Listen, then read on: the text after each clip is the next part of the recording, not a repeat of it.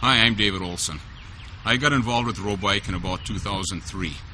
A friend had a Rowbike, I borrowed it, I really enjoyed the ride, felt the good results of the exercise, and decided to purchase one myself.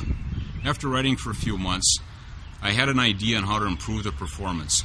At the time when I had my first Rowbike, the top speed was about 12.5 miles an hour. And when you went up a hill, gears 1 and 2 were not useful. The lowest gear you could use was the third gear. I added a pulley in the middle of the drivetrain, and I attached the chain to the frame of the bike rather than to the bottom of the power lever. This resulted in twice as much chain being pulled through each power stroke as you had previously. The result of this was that all the gears worked correctly, first gear all the way through 7. The top speed of the bike went from about 12.5 miles an hour up to 22 miles an hour. And first gear, second gear, third gear all work very, very good for climbing hills. So now you can keep up with a regular bike and go riding with a friend that doesn't have a Rowbike and get all the benefits of your exercise at the same time. After I tried the prototype of the Dame Cam and was satisfied with how it worked, I called up the people at Rowbike and brought a bike out to them for them to see how it performed.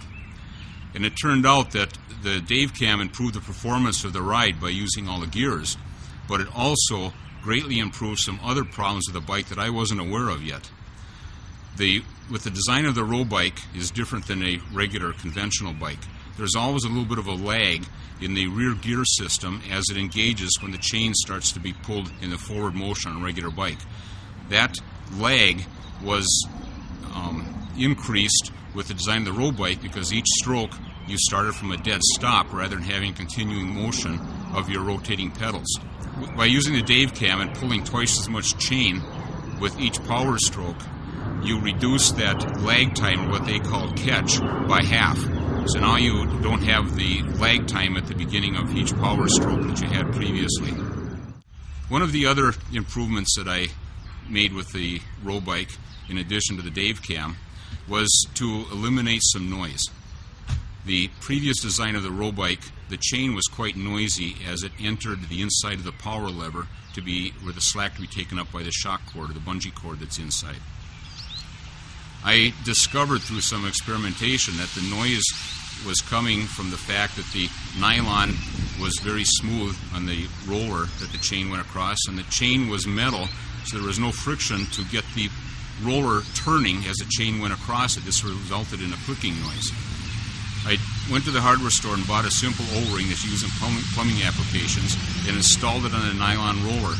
This adds enough friction that the roller now rotates at the same speed as the chain going over it. And the Rowbike is now quiet, and you can carry on a conversation and have the bike sound just like a regular bike. I'm proud to say that the Dave Cam and the O-ring noise reduction on the bottom of the power lever and several other improvements are all included in the new 2006 model Rowbikes. I normally Rowbike at least 3 times a week. I like to do it as often as I can. It's fun, it's exciting, and you feel like a rock star when you're out there doing it. You can't go any place without somebody noticing the Rowbike and asking you questions about it. It's just a blast.